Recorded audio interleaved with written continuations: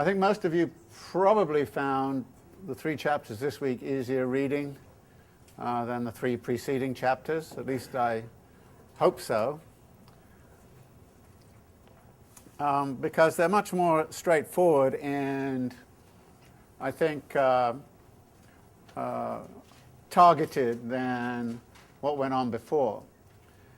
But of course we're seeing a macro transition in the argument, which if you reflect back on where we've been, we started by looking simply at the exchange of commodities, commodity on commodity, kind of barter situation in which we imagined there was socially necessary labour time embodied in each commodity, even though that was a pretty much impossible thing. So we went from a CC relation, a commodity to commodity relation, then to the argument that in order for exchange to become general, you need some way in which markets can function, and that required the emergence of the money form. So we went to the commodity exchange is mediated by money.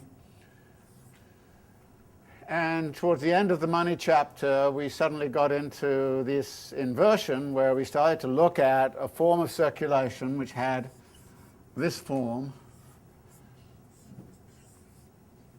in which the objective is different from the CMC. And as Marx puts it, in the CMC circuit, you're perfectly happy about the fact that you're exchanging equivalents because you're exchanging different qualities of shirts and shoes and apples and oranges and all the rest of it, and you're perfectly happy with the idea that you end up with the same value as you started out with because you're simply interested in the use value. When we get to this, however, as Marx points out, it's an absurd idea that you would actually take money and go through all of the risk and all of the problems of going through this circulation process to end up with the same amount at the end. So he kind of says the only way in which this circulation process makes sense is by adding in delta M, or as he's going to define it, the surplus value. And then that poses the big question, where does that surplus value come from when the laws of exchange are very explicit, as they are laid out in classical political economy and all the rest of it, that in perfectly functioning markets you should have equivalence in exchange, that an equivalence here, an equivalence there, so where does the extra come from? And the answer is going to be that there's going to be a commodity which has the capacity to produce more value than it itself has, and that's labour power. So that's the answer, if you like. So these 3 chapters are really about this transition where we're looking at what's going on in the market. So that's the story of these three chapters. But as usual with Marx, there are some conundrums and some oddities and things that we need to sort of work out. And on the very first page of this chapter, which opens this analysis on the circulation of on the general laws, the general formula for capital, he poses an issue which I've actually raised a number of times already, but here I think it takes on a more meaningful form, and a form that we need to reflect upon, because I think it has considerable significance for how we understand our current situation. In effect, what he does on this first page is to point out that there is both a logical origin of capital, but there is also a historic origin, and we have to pay attention to that historical origin. So he says the circulation of commodities is the starting point of capital. The production of commodities and their circulation in its developed form, namely trade, form the historic presuppositions under which capital arises. So the historic presuppositions are important. World trade and the world market date from the 16th century, and from then on the modern history of capital starts to unfold. So here he's talking then about the historic origins of capitalism, of course, by mentioning the 16th century, taking up an argument that Wallerstein made a great deal of in his world systems argument about the formation of the world market, 16th century onwards, that this is the origins of capital. And towards the bottom of this page, he says, historically speaking, capital invariably first confronts landed property in the form of money, in the form of monetary wealth, merchants' capital and usurers' capital. And we're going to find this question of the positionality of merchants' capital and usurers' capital, or as we would now call it, finance capital. It's much more respectable, of course, to call it that. But finance capital, what's the role of them in relationship to industrial capital? And then he makes the logical argument. However, we do not need to look back at the history of capital's origins. Every day the same story is played out before our eyes, that capital enters in the shape of money, money which has to be transformed into capital by definite processes. Now, the immediate implication of this is that money is not necessarily capital. Capital is money used in a certain way. So not all money is capital. I can create capital by just simply taking the money in my pocket and using it in a certain way, launching it into this form of circulation. I can take capital out of circulation simply by saying, oh, I'm not going to do that anymore. I'm going to take all this money and put it back in my pocket. So if you ask the question, what's the total amount of money in society and what's the total amount of capital in society, you're asking two fundamentally different questions. And you have to understand that capital is created by a social decision on the part of some people somewhere to use capital in this particular way. And it is that process of conversion of money into capital which Marx really wants to look at in these sections. Now, the first distinction, he says, is really in their form of circulation. And he here goes back over some of the stuff he earlier did in the chapter on money. He kind of repeats some of this stuff about, well, going from C to M and M to C are two different operations. In the same way, starting with M and going to M is a different kind of operation from this one. So, you know, and then he gets into this notion immediately, as he says on the middle of 248, the circulatory process MCM would be absurd and empty if the intention were, by using this roundabout route, to exchange two equal sums of money, £100 for £100. But then there's something else in here which is very important, which is what is done with the money when it's received. As he says on 249, towards the bottom, two-thirds down, the money therefore is not spent, it is merely advanced. That is, the capitalist uses the money and departs with the money, but doesn't spend it in the ordinary sense on consumption, advances the money in such a way to get back that money plus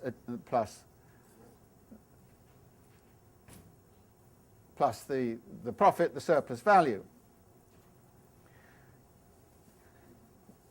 So the intent of the circulatory process is what really matters. The exchange of use values is one thing,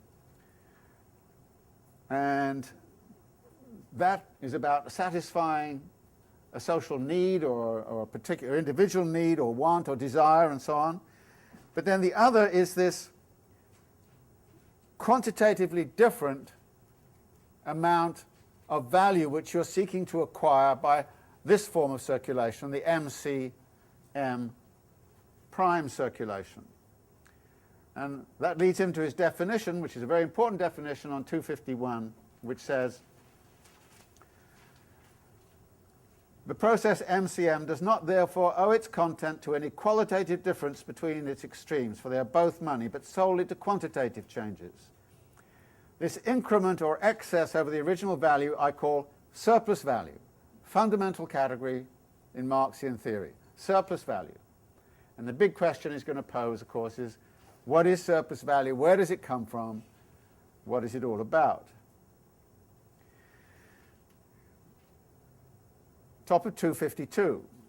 He then elaborates on this a bit. The value originally advanced, therefore, not only remains intact while in circulation, but increases its magnitude, adds to itself a surplus value or is valorized. The valorization of capital is about the way in which the original intent to gain more money is realized at the end of this circulation process.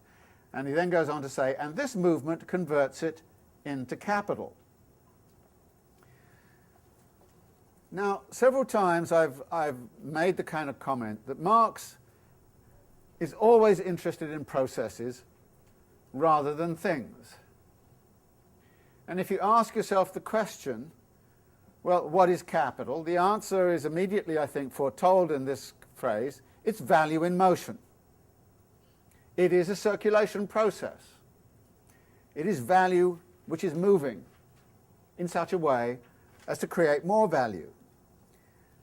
And that is the definition of capital, when he kind of says, and this movement converts it into capital. So it is the movement that does it. It's not a thing. It's not that I go and look at something and say, ah, that's capital. That's not what happens. As far as Marx is concerned, it's when something is put in motion. Only when it is put in motion is it capital, and when the motion ceases, it is not capital. So it is this process definition of capital which is fundamental to Marx's argument. And as I've already pointed out, we can all of us go out and create an immense amount of capital tomorrow if we take all of our money in our pocket and start using it in this way. We could also get rid of a lot of capital tomorrow if we went around and took away all that money and said, okay, we're just going to spend it, not use it in this kind of way.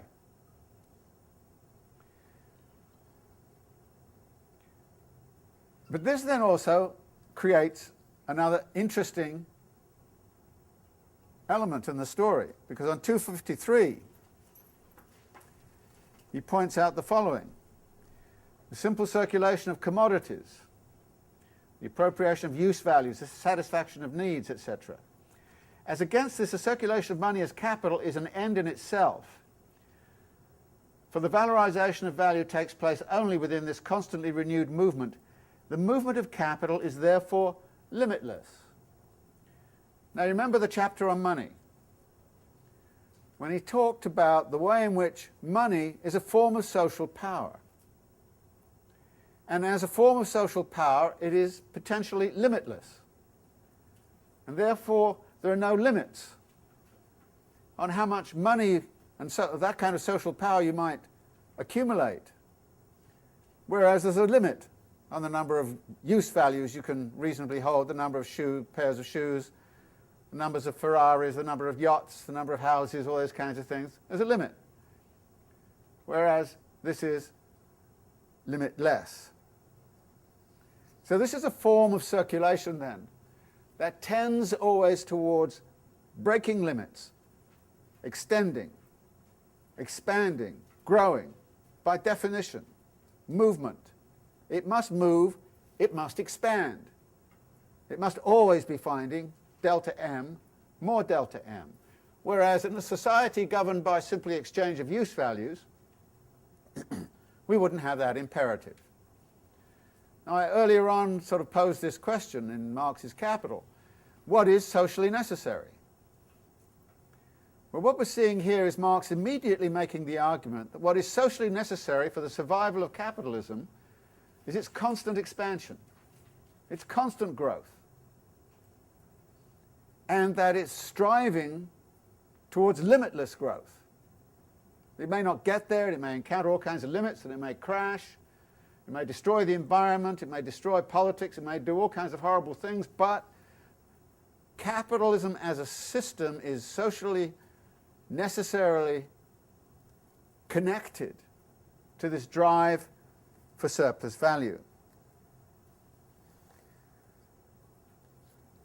Which leads him on 254 to define the role of the capitalist. Now again, remember, in capital we're dealing with roles, not individuals.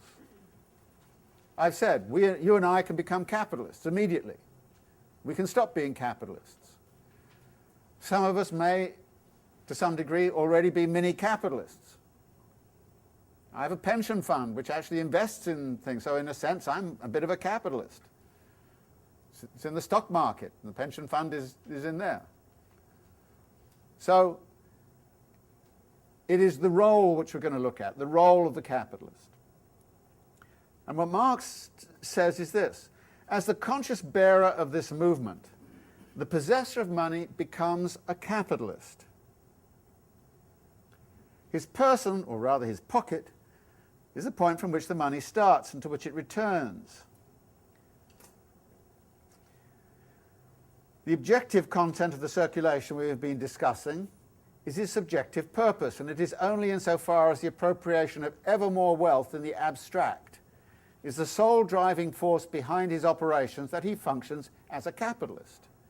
That is, if you're a capitalist, you have to be seeking that expansion, seeking the surplus value, gaining the surplus value, creating a world around you in which that surplus value can be realized, in which your capital can be valorized.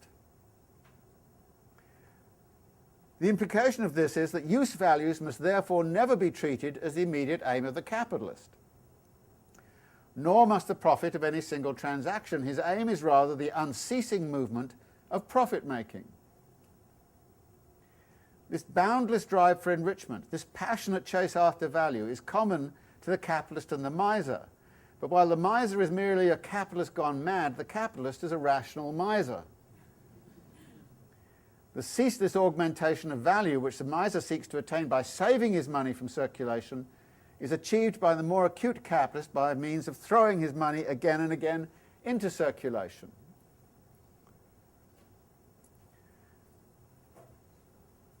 The literary example of that, which I always love, is Balzac's novel Eugénie Grandet, which almost certainly Marx had read.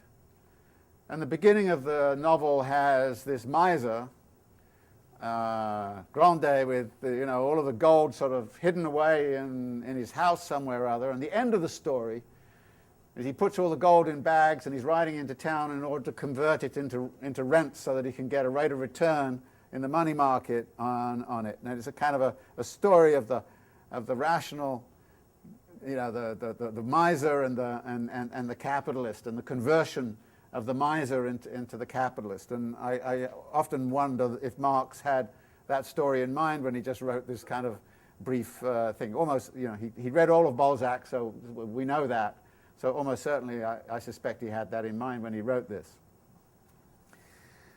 Now this then leads to a further contemplation on 255-56 on the definition of capital.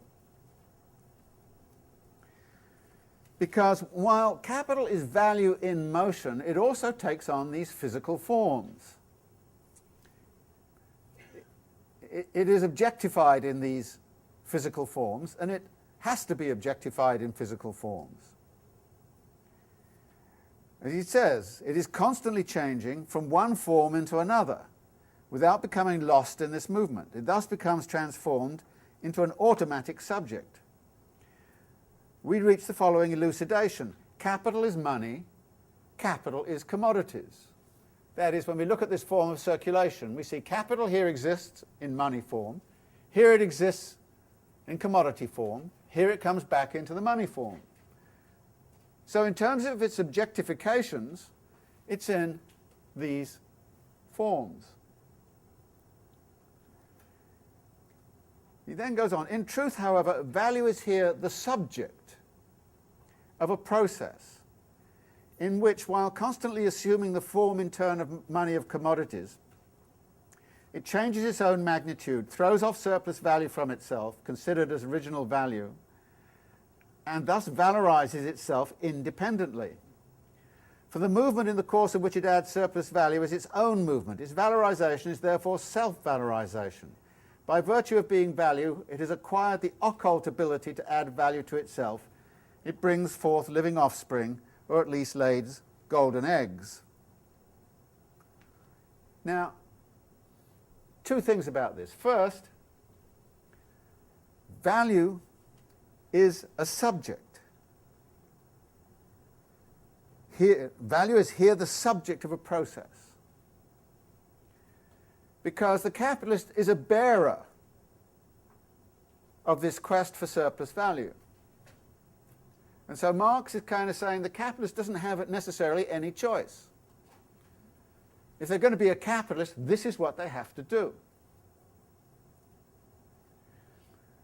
And what that means is, instead of analysing what individual capitalists do, we analyse the circulation of value in these terms in order to understand what it is that capitalists do.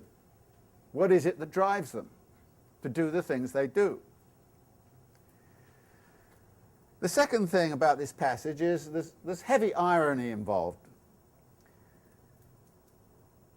When Marx talks about the way of being value, it has acquired the occult ability to add value to itself. It brings forth living offspring, or at least lays golden eggs. Now, Marx often uses irony and often uses heavy jokes, and you have to be careful not to take the jokes as actually serious. Of course, he's talking about the world of appearance. It appears as if it's got occult, and much of Capital is going to be about elucidating what goes on behind that apparent occult quality of laying golden eggs for itself. I once was invited to be an examiner on a doctoral thesis in philosophy that actually took this passage seriously and talked about, and went on and on and on about Marx's occult theory of value creation. And I said something like, well, did you read the section on fetishism of commodities? Wouldn't you realize that actually what Marx is going to do here is set up the fetish concept in order to deconstruct it and demystify it? All of the students' advisors looked very embarrassed and said, what was that? But, you know, so be careful sometimes reading Marx, not to take something like this, which is an irony and a joke, and treat it too seriously. A lot of problems arise out of that. So he's setting it up in this world of appearance. What does capital appear like? Now, you can see what the occult quality comes from. If you have a savings account, you put it in a bank and you put it in a savings account. At the end of the year, you end up with interest. Golden eggs happen magically, right? You think it's natural. What Marx is kind of saying, yeah, we all live in a world where actually it seems as if it's inevitable that our capital grows. So the point here is that indeed it does have that appearance of occult quality. And if we're simply content with that occult quality and imagine it's just going to lay golden eggs, I mean, in a sense, what the argument was about the privatization of Social Security was we were invited, or you were invited, you know, it's a bit too late to invite me on this, but you were invited to put your money in somewhere and just wait for it to grow.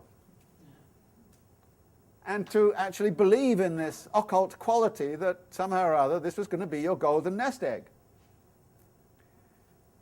So what Marx is doing here is simply pointing out that actually we live in a world, and this was true of rentier incomes during Marx's time, and which is the story of Eugène Grandet, that he's not going to work for it, he's going to get the golden eggs that come from investing in rents.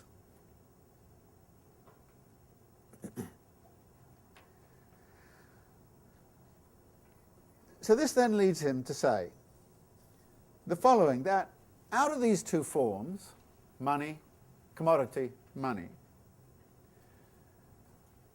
where do you know, or how, at what point in that process are you in a position to measure how much value you've got?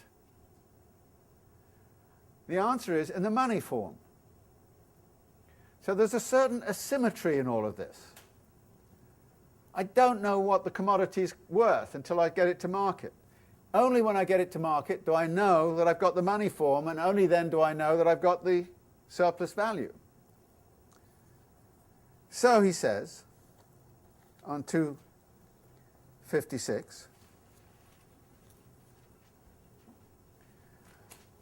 in simple circulation, and the circulation MCM, value suddenly presents itself as a self-moving substance which passes through a process of its own, and for which commodities and money are both mere forms. And he then talks about the way this works. And earlier on he's made the kind of comment, there is no antagonism, as in the case of hoarding, between the money and commodities. And then he uses this expression, which I'm sure some of you wondered about. The capitalist knows that all commodities, however tattered they may look or however badly they may smell, are in faith and in truth money, are by nature circumcised Jews, and what is more, a wonderful means for making still more money out of money. Further down, we come to the conclusion, value therefore now becomes value in process, money in process, and as such, capital. That is, money is the place where we start. Now, there are a number of things going on here which I think are important to look at. The passage about Jews, there is a debate that I'm sure if you want to get into you'll find no end of it, as to the degree to which Marx was anti-Semitic. And his comments on Jews are frequently of this nature. There are various ways in which you can read this, and the various explications as to how and why he used this kind of language. Of course, it was not uncommon language at that time. You only got to think of Dickens and Fagin and all the rest of it. So this was not uncommon. But then I think there's also one other way in which you can read this, and that is to say that what Marx is saying is that all those really nasty, horrible things that are said about the Jew, and had long been said about the Jew in Christian society, should in fact be said about the capitalist. That actually you should take all of that stigma and all that rhetoric which is directed at a particular ethnic group which is associated with money, and then actually transfer it onto that group which is really using the money that way, which is the capitalist class. You can take that or leave it, you know. I mean, go read the debate and the discussion. As I say, there's a lot of discussion on this topic. But we come back again and again in this chapter to the idea that capital is value in motion. It is a process. It is defined in those terms. But it is a process which can only be measured and understood in terms of the money value. So the money form becomes, as it were, up front in the circulation process.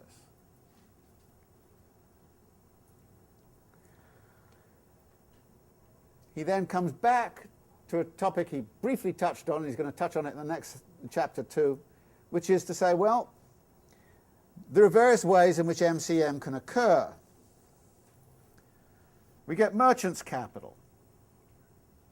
We get interest-bearing capital. We get industrial capital. So we have to take into account all those different forms of circulation and recognize that they all fall under this general rubric of this MCM plus delta M form of circulation.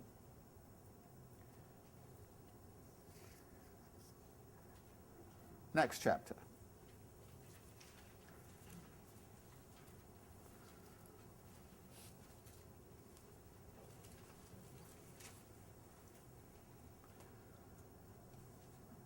He immediately raises the problem of where can this surplus value possibly come from?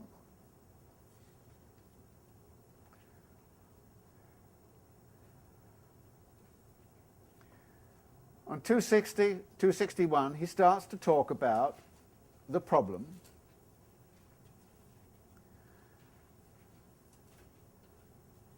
right at the bottom. First off, he talks about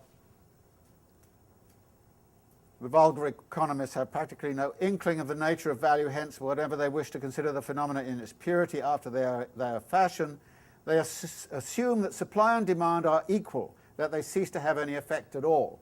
Now, I've several times mentioned to you this argument that Marx is frequently introducing, which is that supply and demand conditions explain why prices and that and yo-yoing all over the place, but the equilibrium price is what we're going to be looking at.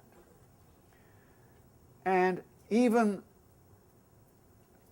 the capitalist theorists accepted that equality should be a condition of exchange. So on 261 he says, where equality exists, there is no gain.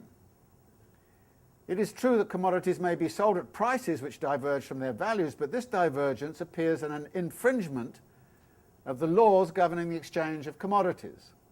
Now, the laws are the laws of political economy as set up in the perfectly functioning competitive market world of Adam Smith and Ricardo. So he says, in its pure form, the exchange of commodities is an exchange of equivalents, and thus it is not a method of increasing value. And he then goes on to say, well, one of the ways in which classical political economists, and he singles out Condillac, has dealt with this, is by kind of immediately switching and say, well, it must be something about use values. But Marx rebuts that and says, you know, our whole analysis says it can't be use values. And their analysis says it can't be use values. Faced with this conundrum of where does the profit come from, they can't take refuge in use values. Which leads him, therefore, to the following conclusion on 262. If commodities or commodities and money have equal exchange value and consequently equivalents are exchanged, it is plain that no one abstracts more value from circulation than he throws into it. The formation of surplus value does not take place. In its pure form, the circulation process necessitates the exchange of equivalents. But in reality, processes do not take place in their pure form. Let us assume an exchange of non-equivalents. And he then goes through a series of cases. Let's suppose the seller is privileged for some reason. Sellers are privileged in some reason. But then when you examine people's roles, you find that as if the sellers are privileged, then as buyers they're underprivileged. So they're not going to get any net gain. The same thing applies if buyers are privileged for some reason. Then as sellers, they're going to be losers. So there's no net gain. Which leads him on 264 to consider the issue of what he calls effectual demand, or what we now call effective demand.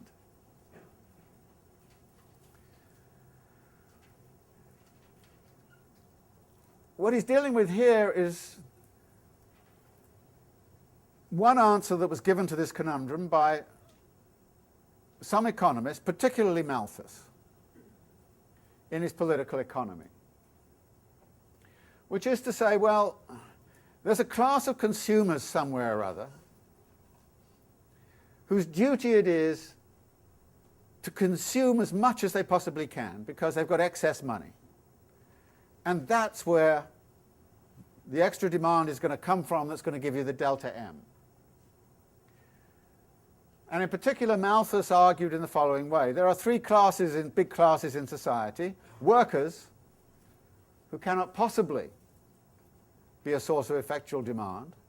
Capitalists who are reinvesting their money, so they can't be a source of effectual demand. And then there's a bunch of parasites in society. Aristocrats and lords and parsons and all the rest of it, who sit around with loads of money and their job is to consume to the hilt in order to stabilize this system. Now, Malthus also suggested that in the absence of a consuming class domestically, you might also go for foreign trade. And Marx answers both of those questions in the negative by kind of saying, well, if there's a class of landlords out there somewhere, then at some point or other they're going to be brought within the system, and to the degree that they are actually using money, the money's going to come from here somewhere, so they're not going to be the answer. All of those hangers-on in the state apparatus get their money from somewhere. It comes from this circulation process, so it's being extracted. So whatever is being extracted is simply being brought back in.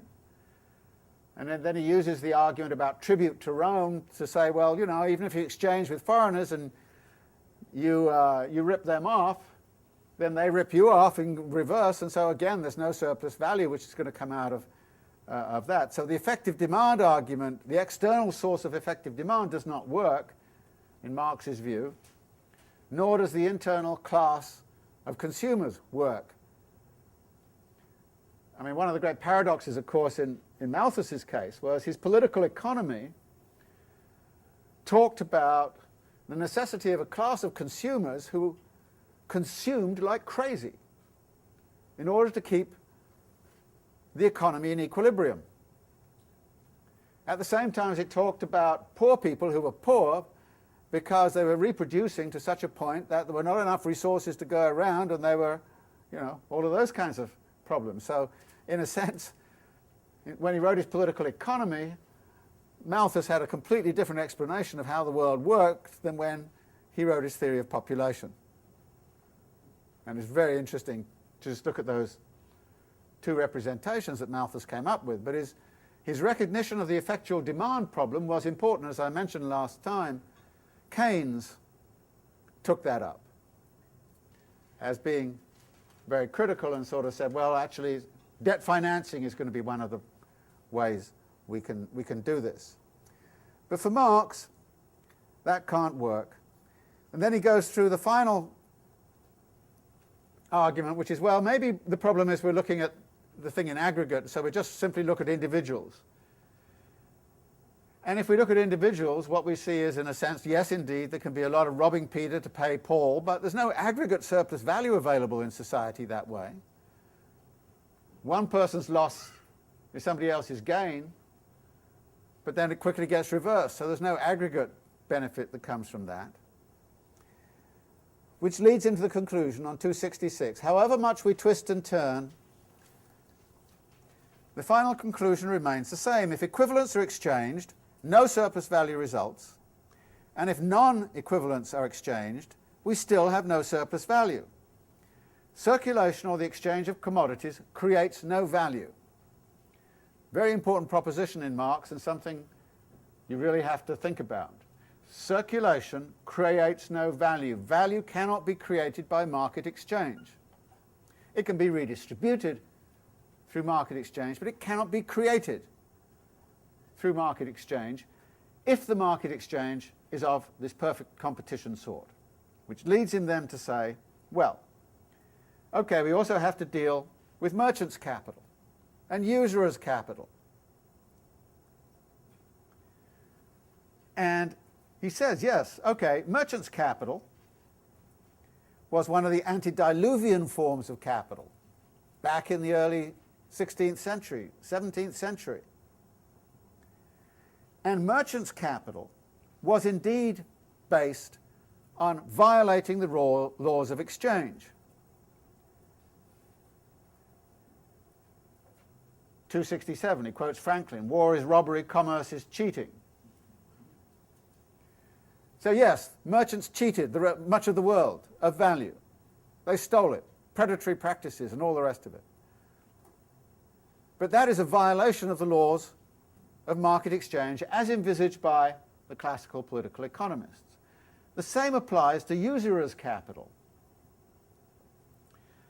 But both and usurers' capital poses the problem of Aristotle's distinction between economics, which for Aristotle was about use values. It's interesting, it's about use values.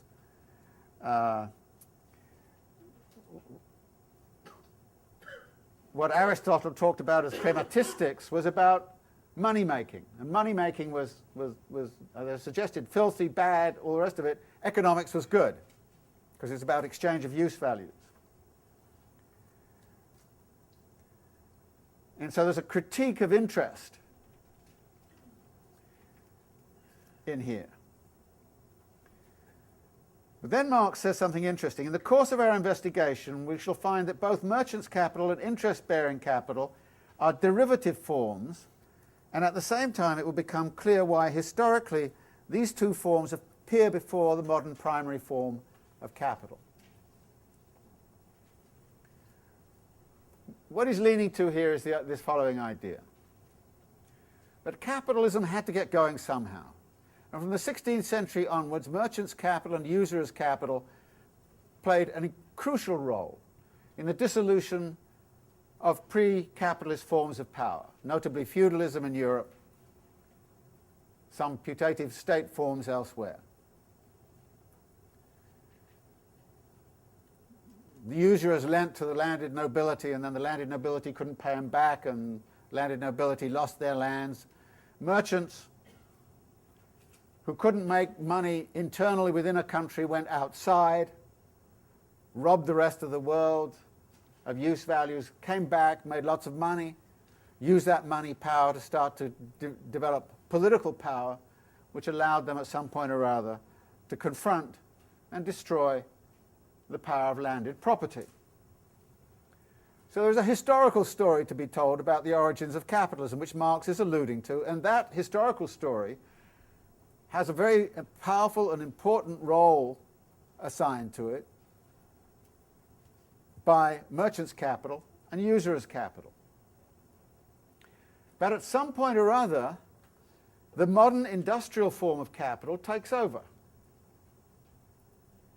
And the industrial form of capital needs merchants and needs an interest system. But that system has to be disciplined to the needs of industrial capital. So what Marx is talking about is a transformation in the role of merchants' capital and usurers' capital from something which is undisciplined, out there, doing all kinds of outrageous things which are non-permissible in terms of the rules of the market, but being corralled and brought back into the capitalist system, disciplined to the requirements of industrial capital. The historical distinction which is made between usury and interest, for example. What was Martin Luther about? Nailing to the wall kind of theses and so on, saying interest is a fair rate of return on capital. Usury was abhorred. And as we know, it is still the case that interest is not consistent with Islamic law. But what we frequently don't know is that the Catholic Church had a ban on interest up until the 1840s, 1850s, even to the 1860s. And interest, taking of interest, was associated, directly so, with forms of prostitution. In 19th century France, for example, that was a very common way for right-wing Catholics to talk about it. There's some wonderful cartoon that I used in my Paris book, which is by a cartoonist called Gavarni, and sort of some about mid-century, in which this buxom lady is attempting to lure this old gent into an investment house. And she says to him, "You can put down as much as you want. I'm sure your rate of return will be very good. Whatever you give me, I will make sure you get it back with interest." And the poor guy is shrieking away from this whole kind of thing. So this association of investment house with a brothel in 19th century France was very, very strong. So the whole kind of question of the role of interest in relationship to industrial capital is a problematic one. And it continues to be problematic, and we may want to think about this further today, because there is a question. To what degree is industrial capital in control right now? To what degree is interest-bearing capital, finance capital, in control? For many years in Britain, particularly in the post-war period, there was a contest between the interests of industrial capital in Britain and the City of London financial interests.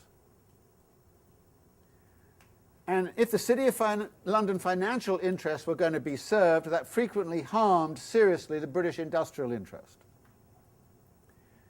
And it was a Labour Prime Minister, Harold Wilson, back in around 1964-65, who made a key decision to favour the City of London over the industrial interest. And one of the results of that eventually was the deindustrialisation of Britain. In the same way that the rising power of financial interest in the United States has coincided with huge wave of deindustrialization inside of the United States. So the big question then is who has the power? But what Marx is dealing with is a situation where, as far as he was concerned, industrial capital was the key to understanding how surplus value was going to be produced, how it was going to circulate. And industrial capital, therefore, was the form of capital he was going to concentrate on, but he's here giving this historical role. So we come back on 268 to the final conundrum. We have shown that surplus value cannot arise from circulation, and therefore that for it to be formed, something must take place in the background which is not visible. That's the occult side, okay? Is not visible in the circulation itself. Bottom of page, capital cannot therefore arise from circulation, and it is equally impossible for it to arise apart from circulation. It must have its origin both in circulation and not in circulation. The transformation of money into capital has to be developed on the basis of the immanent laws of the exchange of commodities. That's the equality principle. In such a way that the starting point is the exchange of equivalents. The money owner who is as yet only a capitalist in larval form must buy his commodities at their value, sell them at their value, and yet at the end of the process withdraw more value from circulation than he threw into it at the beginning. His emergence as a butterfly must and yet must not take place in the sphere of circulation. These are the conditions of the problem. Hic Rhodus, hic salta. Here is the ball, now you run with it. So that's the conundrum to be solved and looked at in the next chapter. So let's look at the sale and purchase of labour power. And having posed the rhetorical question at the end of the last chapter, kind of saying, where on earth does this surplus value come from? He immediately says, well, there's an immediate answer, and we'll just go straight to it.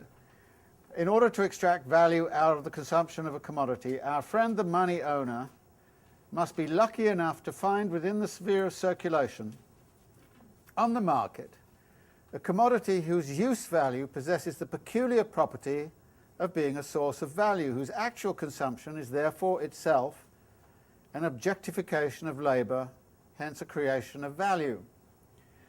The possessor of money does find such a special commodity on the market. The capacity for labour, in other words, labour power. Now Marx is going to make a big distinction between labour and labour power. Labour power is the capacity to create value. And of course we know that value is socially necessary labour time.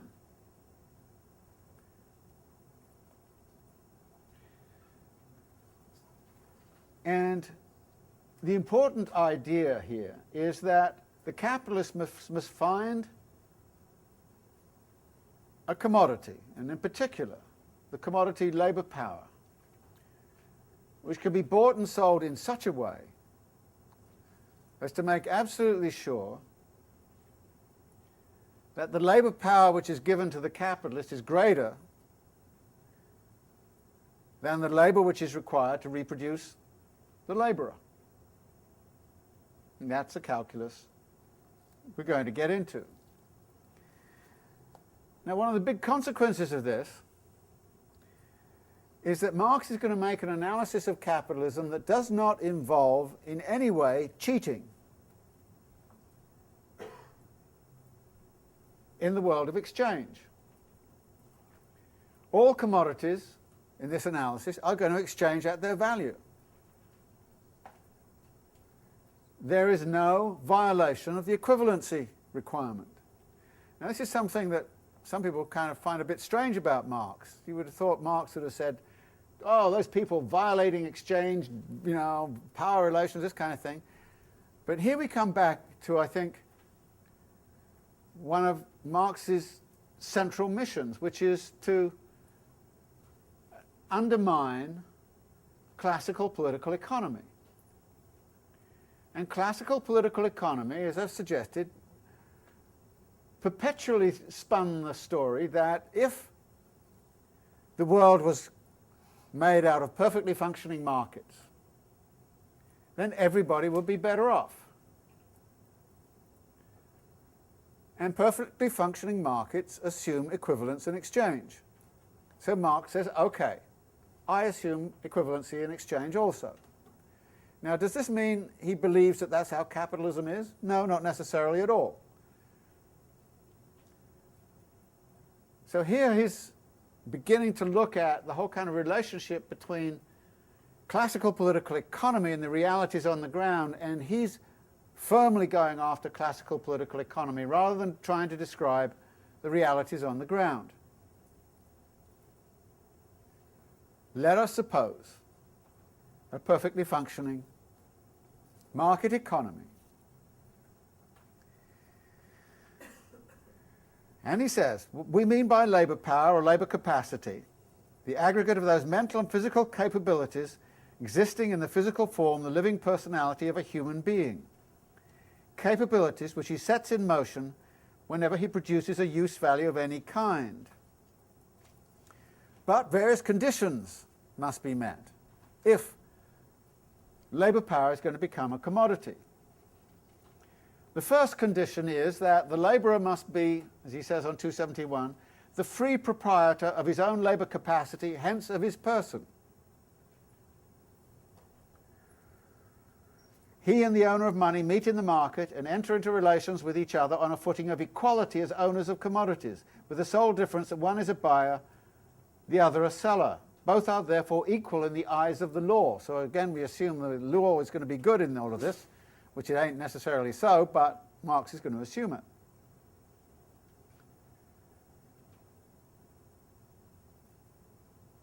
So the proprietor of labour power, that is the labourer, must always sell it for a limited period only. He hands it over to the buyer for the buyer to consume for a definite period of time, temporarily. In this way, he manages both to alienate his labour power and to avoid renouncing his rights of ownership over it.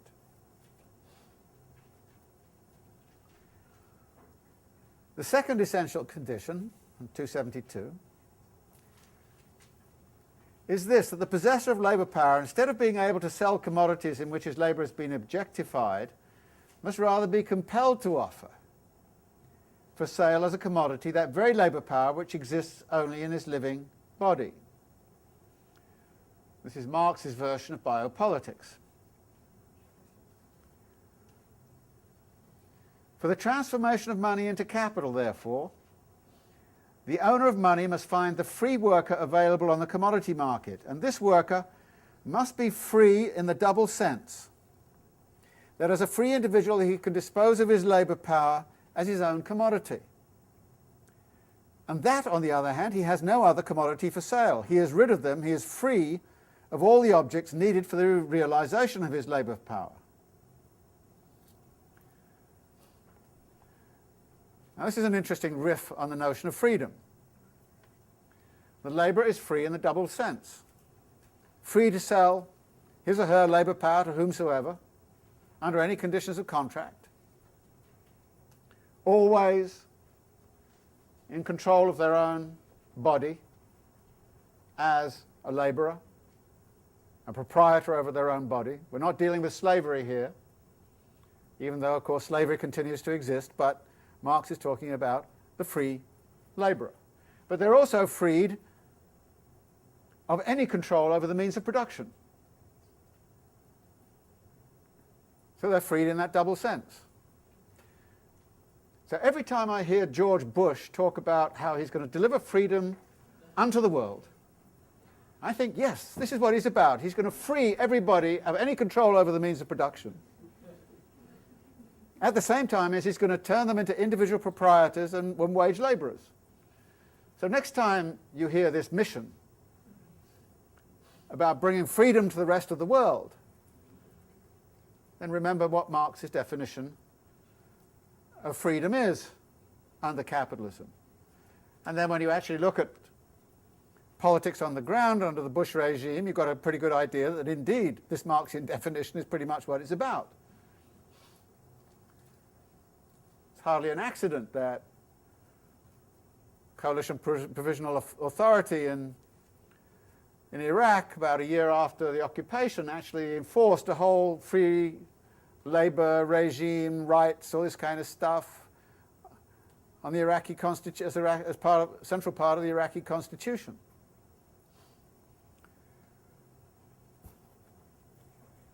At the same time as they were saying that there should be no barriers to foreign ownership and no barriers to finance capital, no barriers to anything. You know, they were freeing up the territory for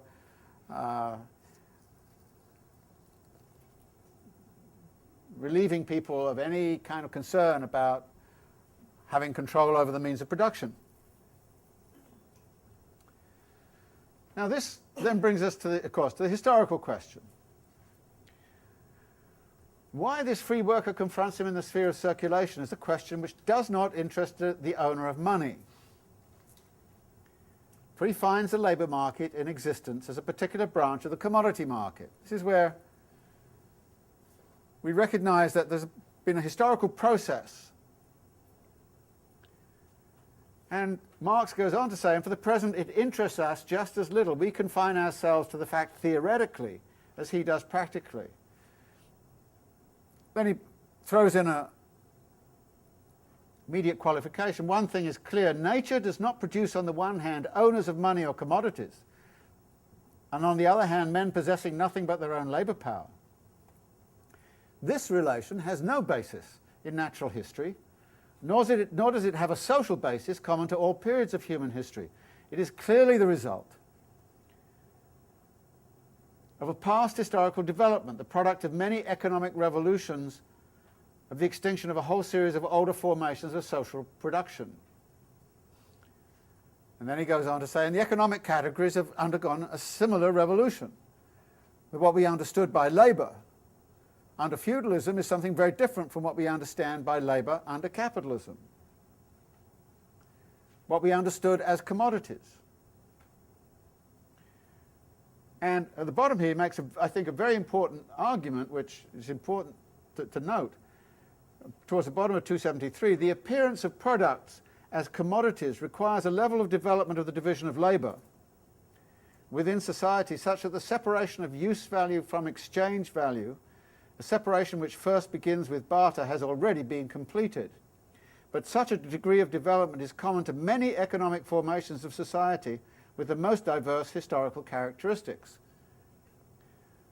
Not all market societies are capitalist societies. You can have sophisticated market systems, commodity exchange systems, which are non-capitalistic.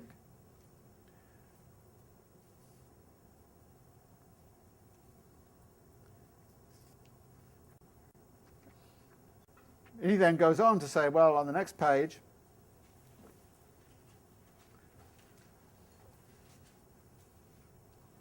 that all of these other forms were precursors, if you like,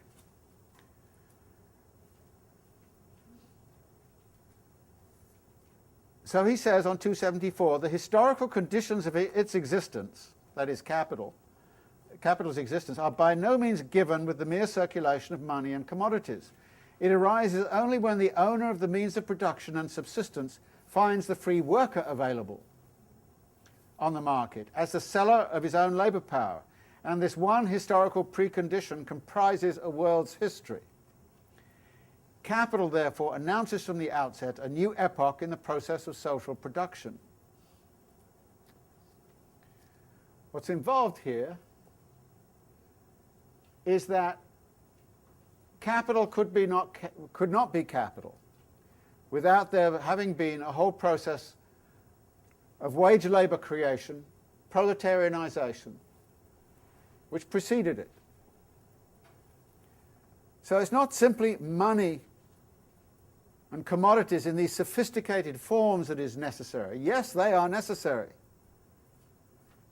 But the other element that is necessary, which comprises a world's history, is the creation of a proletariat, the creation of a wage labour force which is selling its labour power as a commodity.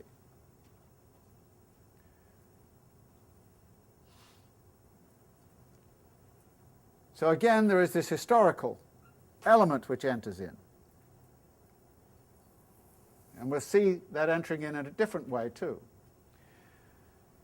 The big question that then arises is what constitutes the value of labour power?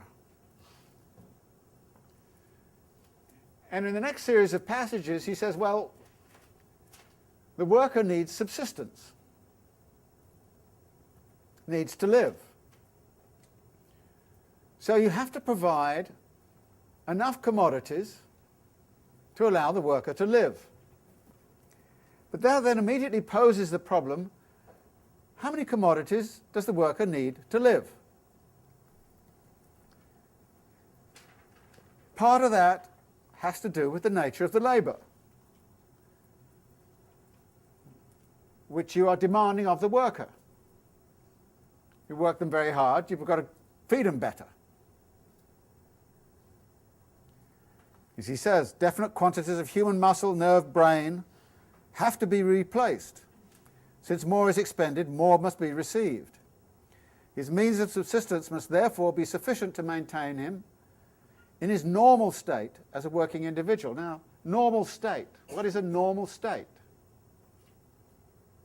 His natural needs vary according to the climatic and other physical peculiarities of his country.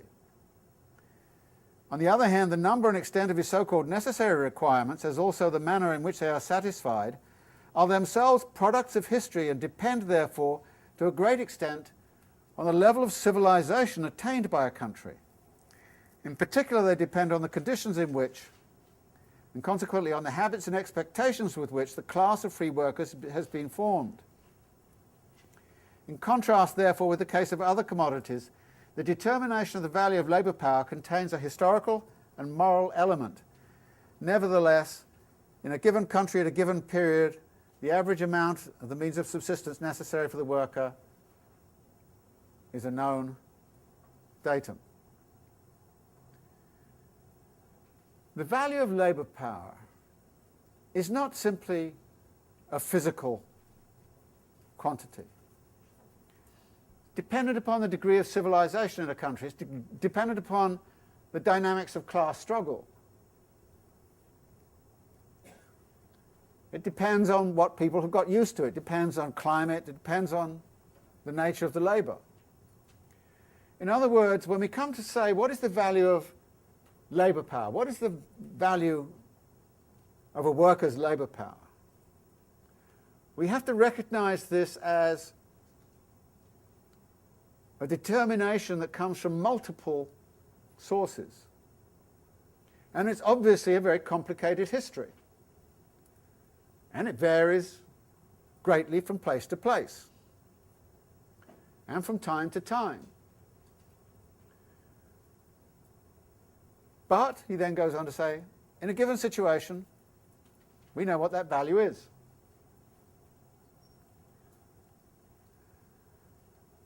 Now, it's interesting when you look at contemporary society, we have various ways in which we start to set that datum.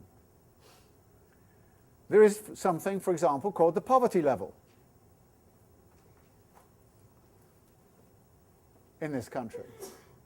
What does it take to feed, house, clothe, reproduce a family of 4? I don't know what the contemporary figure is. Anyone know? 17, 18,000, something like that a year? Something like that. 18 and change currently. Thanks. So in a sense you could say, well, in this society we sort of got some datum there about, in this society, it's that. Now, if you were in Ecuador, what would the poverty level be in Ecuador? What would it be in contemporary Argentina? What would it be in contemporary China? Clearly, it's very different in different places. So Marx is accepting, yes, it's going to vary all over the place. And when class struggle gets hold of it, yeah, the definition of what is the value of labour power starts to change. And when the bourgeoisie starts to feel guilty and decide they want to live in a civilized country where there's not poverty on their doorsteps all the time, they may say, well, maybe we should raise everybody up to a certain level of civilized level. So there are all kinds of forces at work in the determination of the value of labour power. But what Marx is going to do is to recognize that and then say, but for our purposes of analysis, I'm going to assume it's known. And just make that assumption and say we know what the datum is.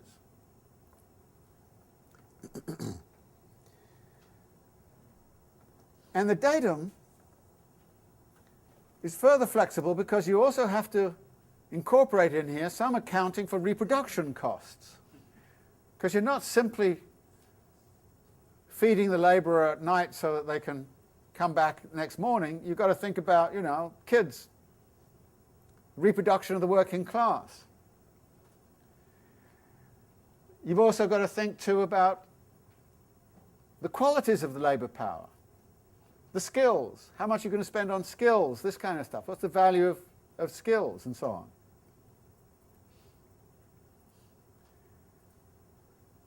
So what we're coming up with here is a movable datum which nevertheless we're going to have to say, for purposes of analysis, we know what it is.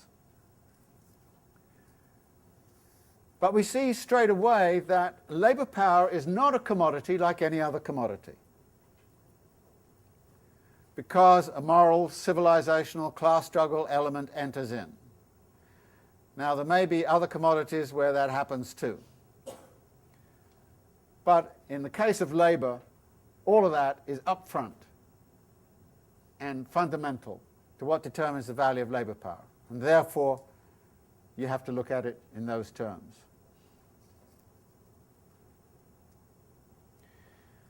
Furthermore, there's another peculiarity about labour power as a commodity. The capitalist goes into the market and buys all of these commodities and then puts them to work. But in the case of labour power, the capitalist only pays the labourer after the work is done. So in effect, the labourer is advancing their labour to the capitalist, hoping to get paid at the end of the day. And in China, as we know, about, 30% of the labour force in some parts of the country don't even get their wages. So they advance their labour and they don't get their wages at the end of the day. And of course, declaring bankruptcy is one of the ways in which you can get away with that in this country too. So there are all kinds of peculiarities in this commodity. So when we start to talk about the commodity labour power, we have to acknowledge its peculiarities. Now, what is it that went into the value of labour power? And here I think the best way to look at this is what Marx is arguing is in effect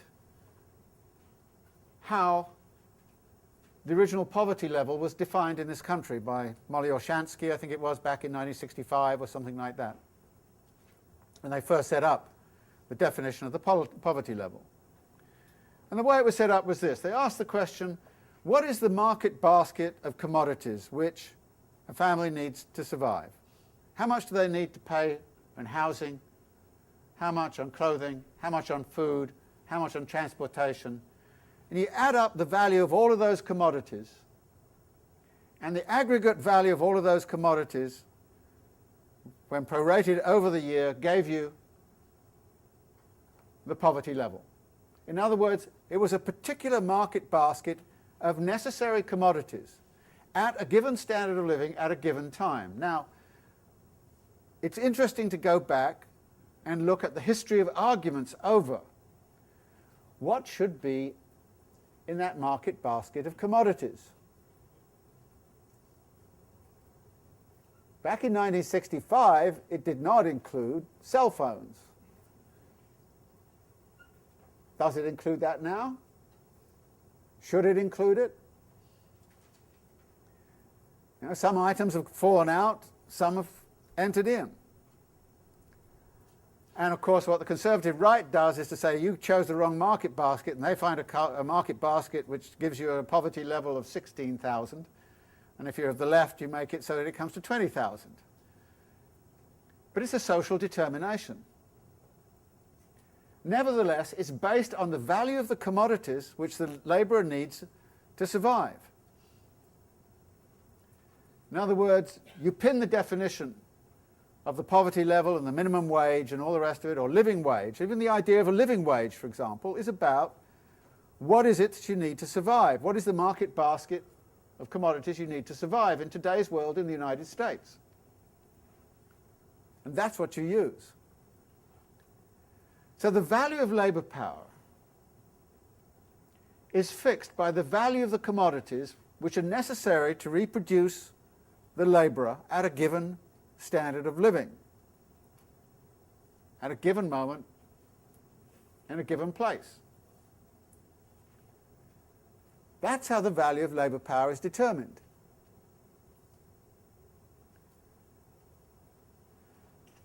And that value is fixed in a given place at a given time. And you can see also how it is sensitive to the changing value of commodities. For example, if necessities suddenly decrease in value, then the value of labour power declines. They still get the same bundle of goods, but the goods are much cheaper because the industries producing them have become much more productive. One of the reasons why you can keep labour costs down in this country is, of course, because Walmart is exploiting the hell out of China. So the market basket is much cheaper than it otherwise would be if you didn't have cheap imported commodities. Which is one of the reasons why, you know, all this stuff about, you know, putting, you know, protectionism and so on is really problematic. Because if you really sort of force the Chinese to up all those prices by revaluing, or you started to put tariffs and that on Chinese products, suddenly you find the value of all those goods would increase, and you'd have to pay workers more in order to keep them at their standard of living to which they're accustomed. So what this means then is that the value of labour power is fixed in the marketplace by these processes of configuration of what the value of labour power is in terms of the value of the commodities used. Now, there's an interesting element here. What kind of circulation process is the labourer in? They're in the CMC circuit. They start with this commodity labour power, which they're going to trade to the capitalist. They're given money. And they're given the amount of money needed to buy that bundle of commodities which allows them to reproduce themselves and their kids, reproduce the working class, so that they are continually there. Free as always.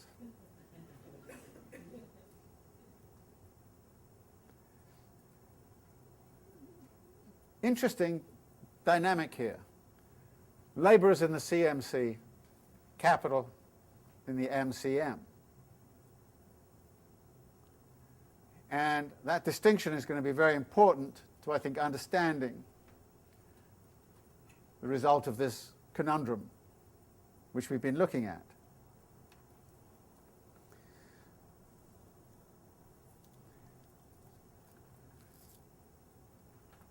So he says,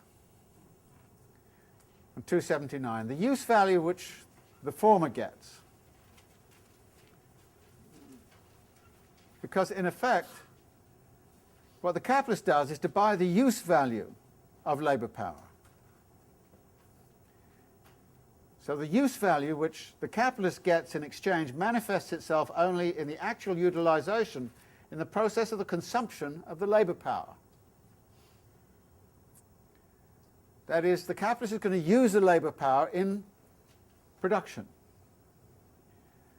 The consumption of labour power is completed, as in the case of every other commodity, outside the market or the sphere of circulation.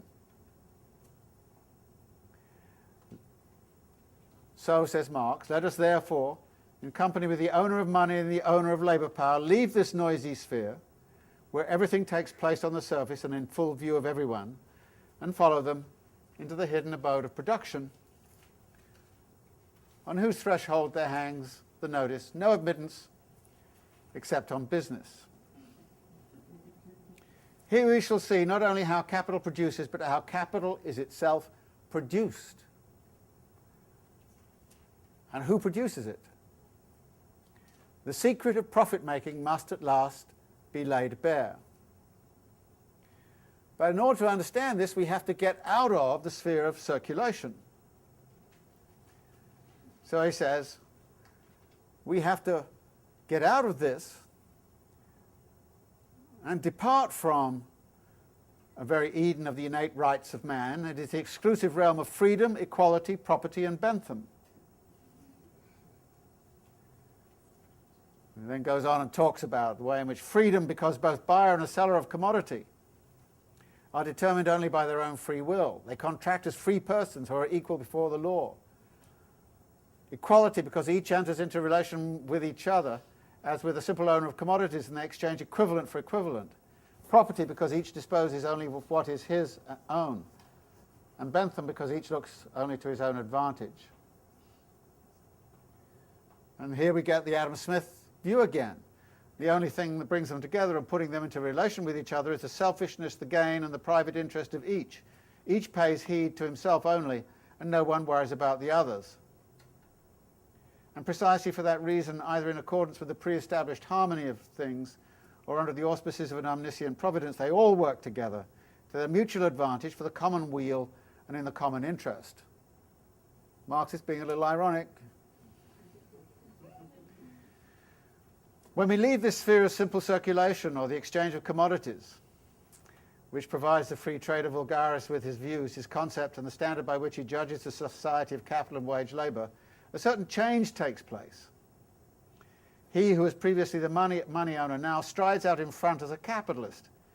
The possessor of labour power follows as his worker. The one smirks self-importantly, is intent on business. The other is timid and holds back, like someone who has brought his own hide to market and now has nothing else to expect but a tanning. Interesting point here. This notion of rights and freedom. What Marx is actually doing here is in a way pointing out that bourgeois constitutionality is entirely concerned with market relations. And that definitions of freedom and rights pertain there.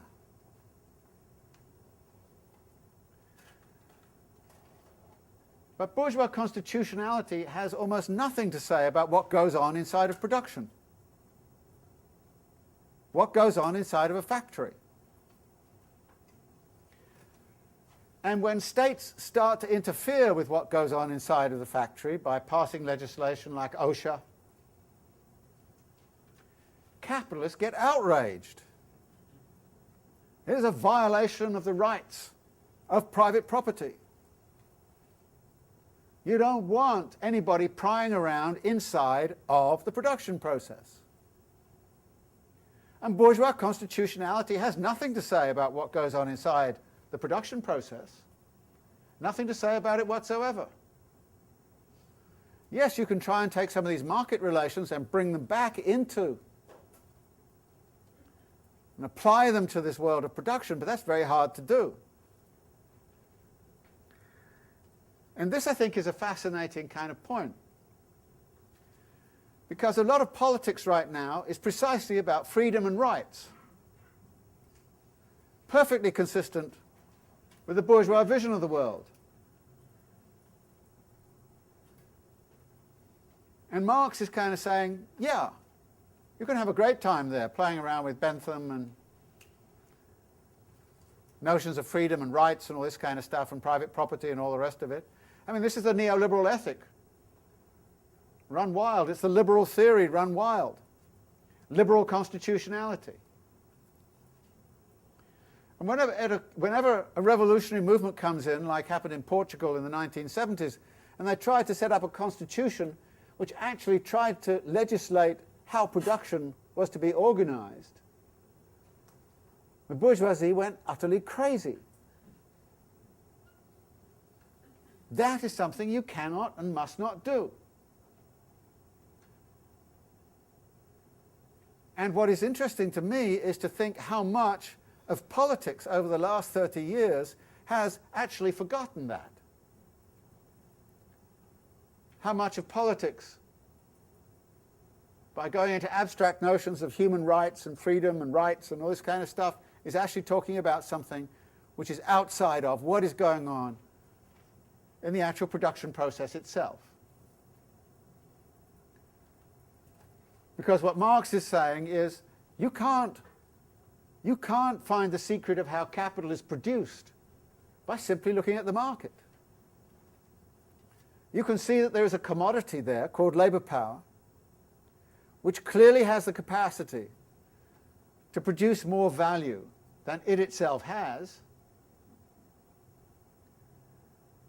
But in order to crack the secret of profit making and the production of capital,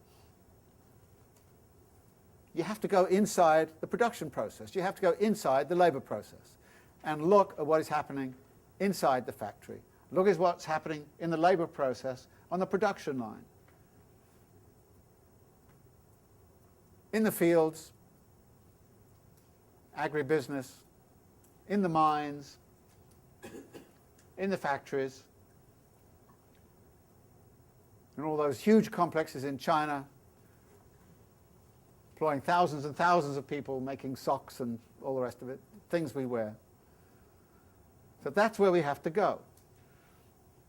And unless we're prepared to go into that realm, we're never going to find the real profit, the real secret of how profit is made. But in order to get to that point, we have to understand that a proletariat has to exist. Proletarianization has to have occurred. And again, Marx is saying, look, I'm not going to be talking here about how the proletariat was formed. Actually, he does in Capital talk about that, but it's in part 8, where he deals with the formation of the proletariat and primitive accumulation. But here he's saying, I'm assuming there's a labour market, proletariat's already in place, wage labour is everywhere, the value of labour power is known. All those datums, if you like, are known. We then go on to construct a theory on the basis of that form of argument. Now again, there are assumptions built into this.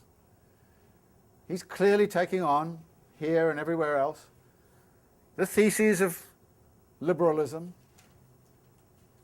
and the theses of classical political economy. And he's taking them at their word. But he then wants to show when you take them at their word, you can't solve the secret of profit making unless you do something else, which is part 3, which is going to be about the production of surplus value, of absolute surplus value.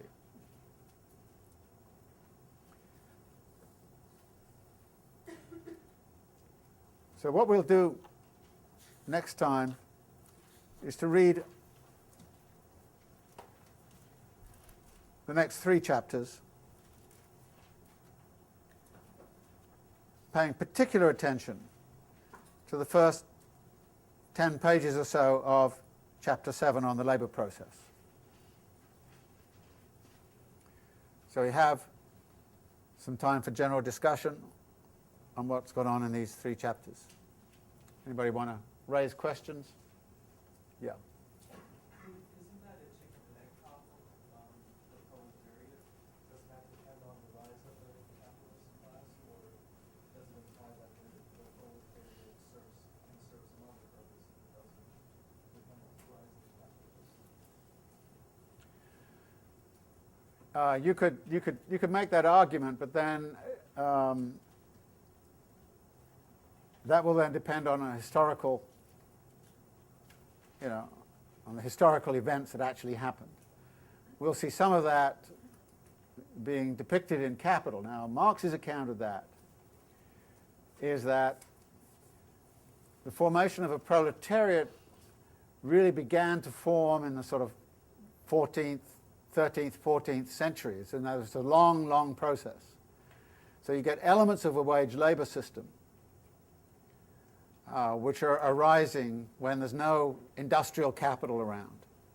There is certainly, at some point, an agrarian capital which begins to kick in and start to proletarianize in the countryside, wage labor, conversion of peasants into wage laborers in the countryside through the enclosure movement. So you start to see elements of this. So yes, you could argue that there is a co-evolution of the rise of the proletariat and the rise of a capitalist class, but the way Marx depicts it is that many elements of proletarianization preceded the rise of, as it were, the industrial form of capital, which is going to be fundamentally concerned with the exploitation of labor power and production at the end of the 18th century. By then, an extensive proletariat was already in place, functioning in all kinds of ways, including, by the way, and this is a very important element in the British case, as a servant class, which is a class of wage labourers employed as menial servants and coachmen and all that kind of stuff for a fairly affluent consuming class. So there was a class of wage labourers that was spread-eagled around and then already in place before industrial capitalism could seize upon that and start to use it. So in a sense, this was more the egg, and the chicken is the industrialization that occurred a bit later. But in order for wage labor to occur, there had to be kind of wage labor relations established in the countryside, established in the service sector, and all the rest of it. And the service sector in Britain, for example, was very large, and a lot of it was indeed straight wage labor. So that was not a capitalist relation. That was a sort of master-servant kind of relation. Yeah. The notion of human rights as we know it today is much, they didn't exist at the time that Marx was writing. But I'm just curious because you said something very quickly, and I was trying to understand when you're talking about notions of rights and freedoms being something that had to address or be involved inside what the means of production and the production process.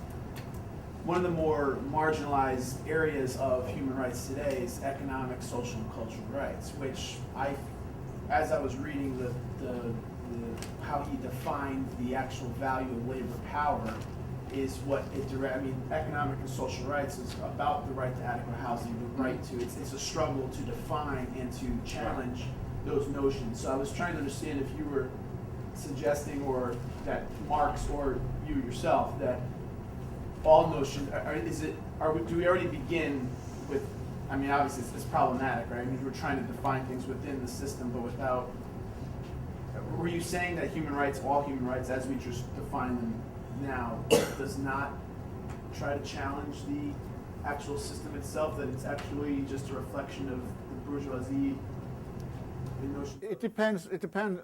What we're talking about here is of course, one of the ways in which class struggle unfolds is over the rights of labour to a decent wage, a living wage, rights to housing or medical care and all the rest of it. So there are struggles in the market, which are very important struggles to be waged, which play a very crucial role in determining the value of labour power, and therefore, from the standpoint of the proletariat, are very important struggles. Okay? That's very different, however, from rights and powers which arise for labour in the production process.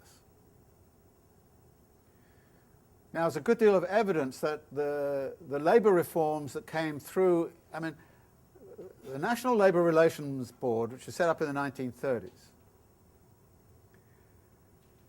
paralleled the setting up of legislation which empowered unions towards collective bargaining strategies which allowed them to improve their positionality in the market.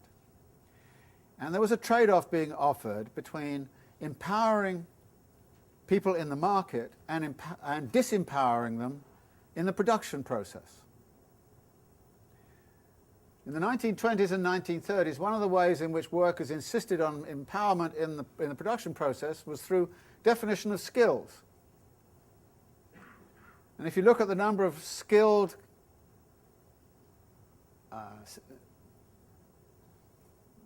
categories that existed in something like the steel industry in the 1920s, it was huge. And it meant a worker in a particular skilled category could not be displaced by another worker in another skilled category. In other words, there was a good deal of worker monopoly power inside of the production process.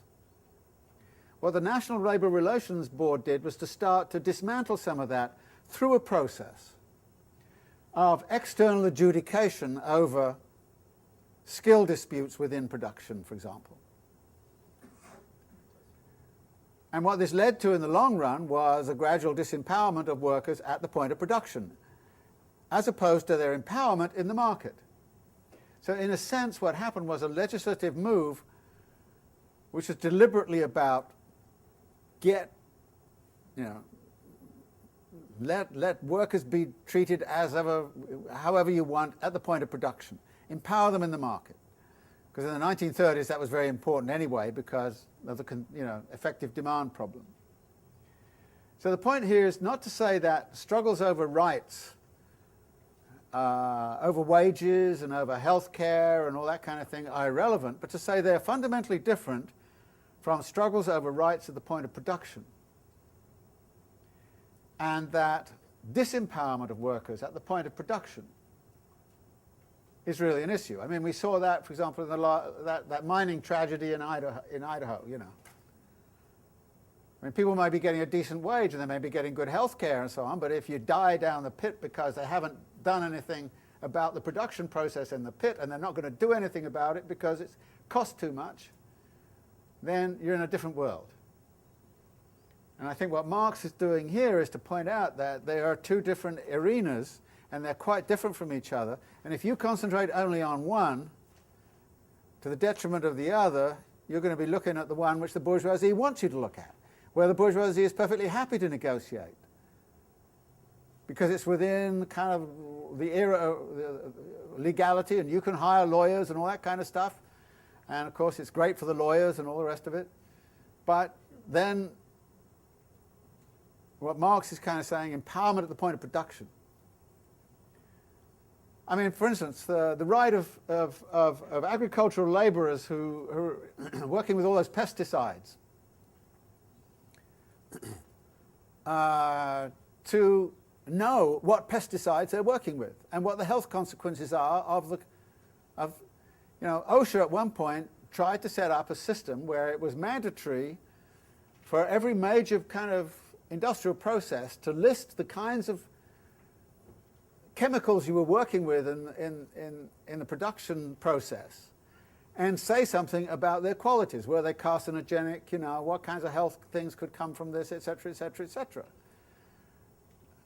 Of course, that all disappeared with Reagan and all the rest of it. But the point here is that what goes on at the point of production is actually very vital for what happens to the worker and what happens to them on the production line. What, you know, to what degree can they resist disciplinary actions on the production line?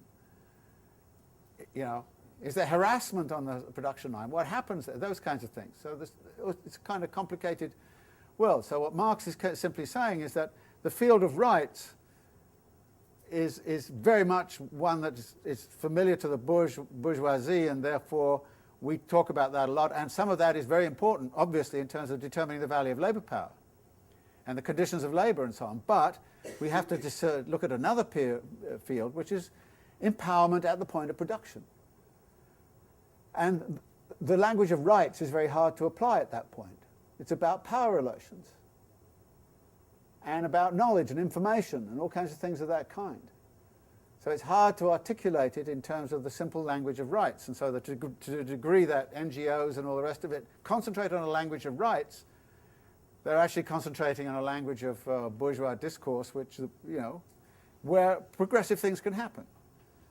But you're still limiting yourself by not looking at what's going on in terms of the production process. And that's where Marx says we've got to also look. We've got to look at both of these arenas together.